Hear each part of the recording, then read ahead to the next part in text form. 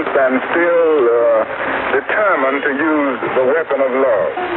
We are still insisting emphatically that violence is self-defeating, that he who lives by the sword will perish by the sword, that he who lives by the sword will perish by the sword. We must say to our white brothers all over the South who will try to keep us down, we will match your capacity to inflict suffering with our capacity to endure suffering. We will meet your physical force with soul force, but we will wear you down by our capacity to suffer. In winning the victory, we will not only win our freedom, we will so appeal to your heart and your conscience that we will win you in the process. This morning, the long-awaited mandate from the United States Supreme Court concerning bus segregation came to Montgomery. This mandate expresses in terms that are crystal clear that segregation in public transportation is both legally and sociologically invalid. In the light of this mandate, and the unanimous vote rendered by the Montgomery Improvement Association about a month ago, the year-old protest against city buses is officially called off, and the Negro citizens of Montgomery are urged to return to the buses tomorrow morning on a non-segregated basis. You may well ask, why direct action? Why sit-ins, marches, and so forth? Isn't negotiation a better path? Nonviolent direct action seeks to create such a crisis and foster such a tension that a community which has constantly refused to negotiate is forced to confront the issue. You speak of our activity in Birmingham as extreme. Was not Jesus an extremist for love?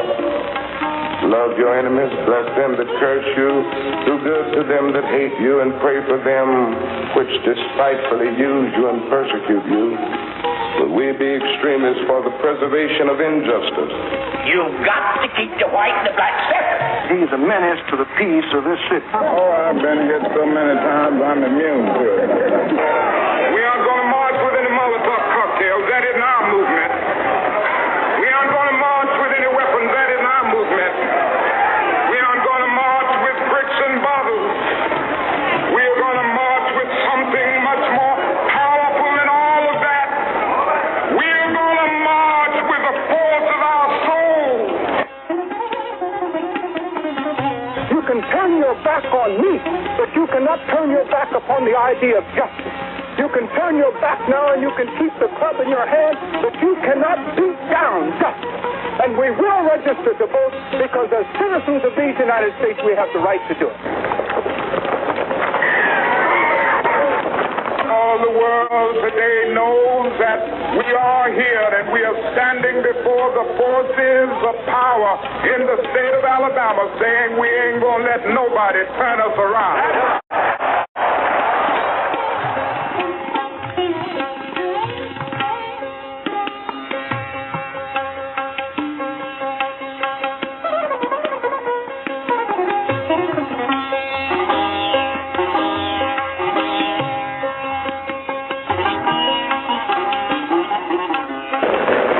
At 7:10 this evening, Martin Luther King was shot in Tennessee.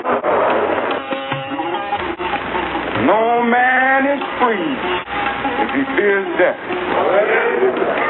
But the minute you conquer the fear of death at that moment, you are free. In the midst of death, life persists.